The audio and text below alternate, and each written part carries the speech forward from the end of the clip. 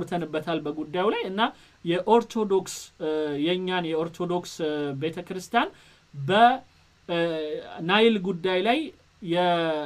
እንዴት ሊጠቀሙባቸው እንደሞከሩ የሆነ ነገር አሳይተውናል ያንን መለስ ብላችሁ ቪዲዮውን ይዩት ነገር ግን ምንም አልቻሉም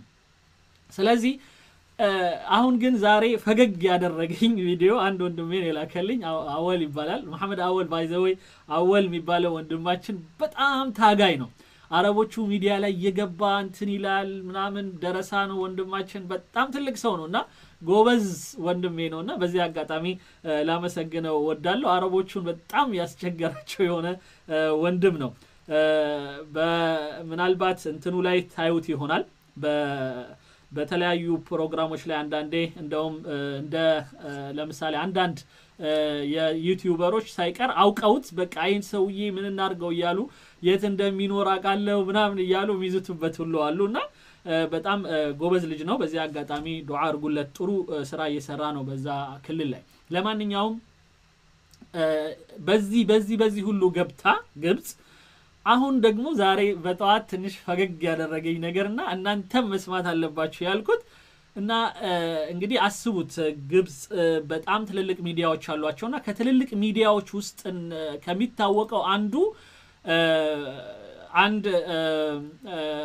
ማን አመር አዲብ የሚባል ሰው ያለና በጣም የታወቀ ሰው ነውና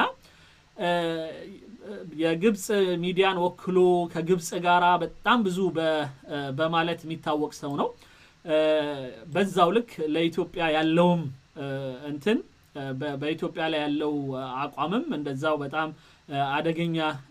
የሆነ ሰው ነው ለማንኛውም ሰውየውን እስኪ እንየውና አንዲት ጠንቋይ አቅርቦ በፊት ለፊት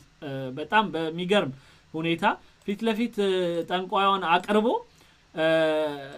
እስኪ የህዳሴው ግድብ በ2020 ድረስ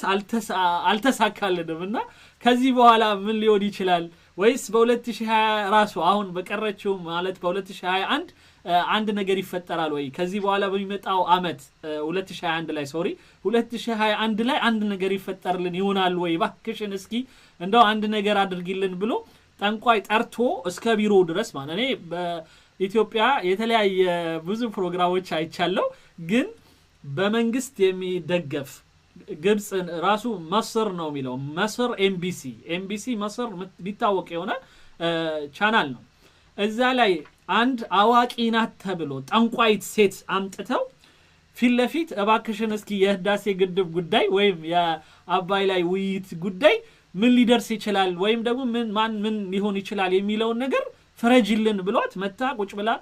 ካርታና ምናምን እያየች ፍርድ እንድትሰጥ እዚህ ጋር ጠርቷታል ፍርዷን አብረን እንስማ በያለው ወይስ ትንሽ እንረፍ ምን ይመስላችኋል በጣም በቋፍ እየተጠበቃችሁ ስለሆነ ትንሽ ውሃ ጠጡ ምናምን ተረጋጉ ከዛ በኋላ ብንጀምሩ አይሻልም ነው ወይስ ኦኬ ለማንኛውም ወደ እንትኑ ገባለሁኝ ወደ ጥንቆላውን ገባለን አዑዙ ቢላህ አላህ ይጠብቀን ከጠንቋይም ካስጠንቋይም አላህ ይጠብቀን ነገር ግን በሃይማኖታዊው አቋም ላይ ሁላችንም ክርስቲያኑም ሙስሊሙም ይስማማል ያስጠነቆለም የጠነቆለም ከእምነቱ ያፈነገጠ ሰው ነው እና በጣም ግን በሚያሳዝን ሁኔታ እንደነ ታምራት የሚባሉ ጠንቋዮች ምን ያህል ሌላው ቀርቶ ባለስልጣን ውስጥ ገብተው የተለያዩ ባለስልጣኖች ጭምር በጣም ሲያጨረብሯቸው እንደነበረና ኢቭን አገራችንን ህወሓት የተወሰኑ ባለስልጣኖችን በግልጽ አዋርደዋቸዋል ራሳቸው ሚዲያ ላይ አገሯን ራሱ በጥንቆላ ለማስኬድ የተወሰኑ የሄዱበት ነገር አለ ለማንኛውም ይሄም አንዱ ነው እንግዲህ የግብጽ መንግስት ሁሉንም መንገድ እየሞከረ ነው ከዛ ውስጥ አንዱ የጥንቆላውን መንገድ እየሞከሩት ነው እስኪ እንያቸው هل هنشوف حل لسد النهضه في 2021 ምንድነው ብለው ይጠይቃል እባክሽን የ2021 ላይ የህዳሴው ግድብ መፍትሄ ያገኝ ይሆን ብሎ ነው የሚጠይቃት እና አሁን እሷ ሰራዋን ጀምራለች እያየች ነው ቆይ ያለችው በካርታ ነው የምታየው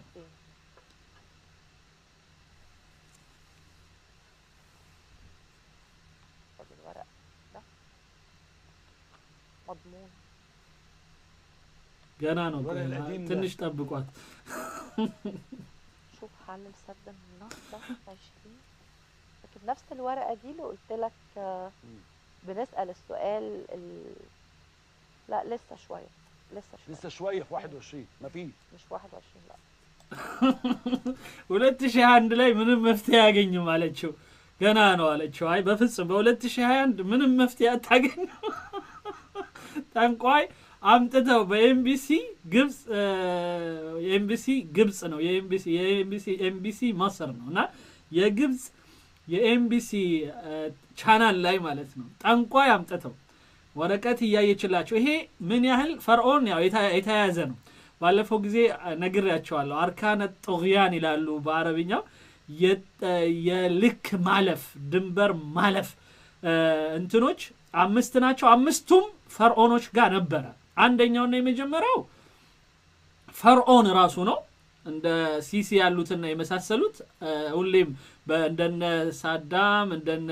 ወይም በግብጽ ላይ የተቀመጡት እንደነ ጀማል አብዱል ናስር ምናምን ሰዎች የሚገሉ ከነሱ እንትን ውጪ ማንኛውንም ህዳሴውን ግድብ እናፈርሳለን እስኪ ወንድ የሆነ ይምጣ የሚል የመሳሰሉት ፈርዖኖች ናቸው የሚመጡት አብዛኛው ከዛ ከፈርዖኖች ጋር ግን አብሮ የሚሰሩት ሁሌ ቁርአን ላይም መጽሐፍ ቅዱስም ላይ በግልጽ ተቀምጧል አስማተኞችና ጠንቋዮች ነው አብሯቸው ያሉት በጣም ነው የሚገርመኝና ስቲል ያንን እንትናቸውን ያከበሩ ይመስለኛልና ሁሉ ጊዜ ፈርዖን ሳሂር የሚባላለ ጠንቋይና አስማተኞች ከዛ በኋላ ደግሞ እንትን አሏቸው ሐሽሩን ይባላሉ እነዚህ የአራጋቢ ማለት ነው የሚያጨበጭቡ ይሄ ምናምን የሚሉ በጣም ዩቲዩበሮቹን ይመስለኛል በቃ የግብጽ ዩቲዩበሮችን ሳያቸው እነሱ ናቸው ትዝ የሚሉኝና በጣም አራጋቢዎች ሌላው ባለሀብቶች ናቸው ሃማንና ቃሩን የሚባሉት ፈርዖን እግዚአብሔርን ወይም አላህን እንምታው እስኪ በአሳየን ተብሎ እንትን ምንድነው ግንብ ገድብልኝ ገንባልኝ ፎቅ ትልቅ ፎቅ ስራልኝ ለዓሊ አጥሊዑ ኢላ ኢላሂ ሙሳ የሙሳ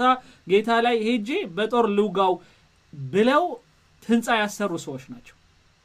እናም ጦር ወደ ሰማይ ሊልኩ ጌታን ሊመቱ ማለት ነው ይሄ የቁርአኑም የምኑም የጠቀሰልን የሆነ አስተምሮት ነውና አስማተኞች እዚህ ጋር አምጥተው ጠንቋይ አምጥተው በእንትን ላይ በፊት ለፊት ላይ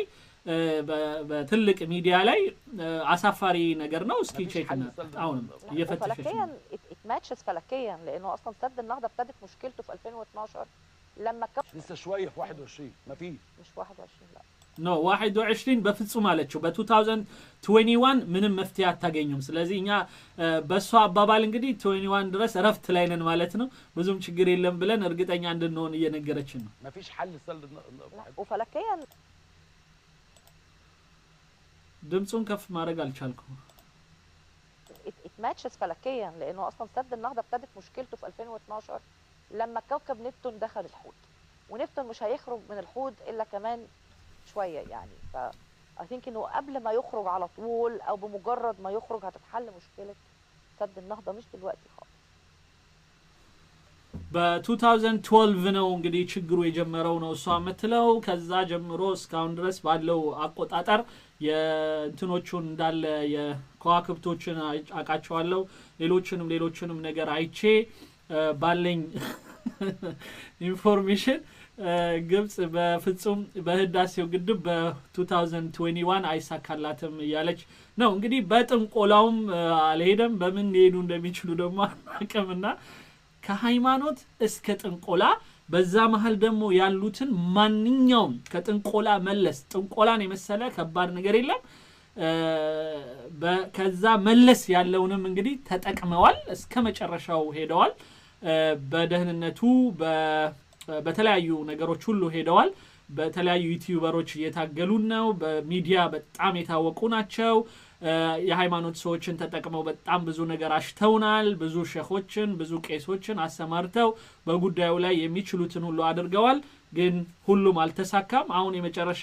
ጠንቋይ ነበረ እስኪ ጠንቋዩም ደግሞ መጥቶ አልተሳካም ይያላቸው ነው ላ አተም الله لهم ነው ምንለው በዱዓችን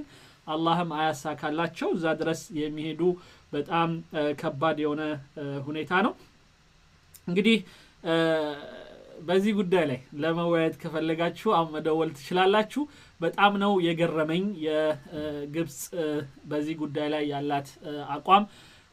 እስከዚህ ደረጃ በተለይ በትላልቅ በሆኑ እንደ ኤምቢሲ ማሰር ወይም የግብጽ ኤምቢሲ ላይ ጭምር ድረስ እስከ ጠንቋይ አቅርቦ እንግዲህ ከዚህ በፊት ውሸታም የሆኑ በጣም ብዙ ሞያ አለን የሚሉ ሰዎችን አምጥተው ነበር። ያ ሁሉ አልተሳካም። እንግዲህ ይሄን ይመስላል። ሄሎ ሰላም አለይኩም። ወአለይኩም ሰላም ወራህመቱላሂ ወበረካቱ። ወንድሜ ማን ልበል? ጀማል كيفك تمام الله يسلمك አልহামዱሊላህ አላህ ይባርክ ፊክ። ከየት ነው ማን ልበል? ከኩዌት ነው እንደውልህ እስማኤል ነኝ። እስማኤል ከኩዌት ማሻአላህ አላህ ይባርክ ፊክ። ከኛ ጋር ነህ ኦንላይን ላይ ነህ? الله يسلمك والله انت سلام لنا ሁላችንም እንዴት ነህ? ፕሮግራምህን ዘወትር እከታተላለሁ። ያው ዛሬ ድሉ ገጥሞኝ ነው ያገኘው በስንት ጊዜ በጣም ቢዚ ነው ስልኬን ማግኘት አልቻልንም። አብሽር ቀጥል። ሄሎ እና ያለው ውይይት በጣም ደስ ይላል። በህዳሴው የምንችለውን ያህል አብረን ለመስራት ወደፊት ነን። የምታደርገው ዳዓዎች የምታደርገው ስራዎች ሁሉ ከበፊት ጀምሮ እከታተላለሁ እና ማሻአላህ በርታልን። ግብጽ መቼም አይሳካላትም መቼም ቢሆን ማለት ነው። እንዳልከው ጥንቆላውም ቢሆን በምኑም በመሄድ ብዙ ተባብራ እኛ ለሀገራችንን ለማጥራት ህዳሴውን ግድብ ለማጥራት እየሰራች ነው። እኛ ግን ከአላህ ጋር ሆነን ወደፊት ለመቀጠል ዝግጁ ነን ኢንሻአላህ ኢንሻአላህ። شكرا ወንድሜ እስማኤል አላህ ይባርክ ፊክ። ከዚህ አስከላፈ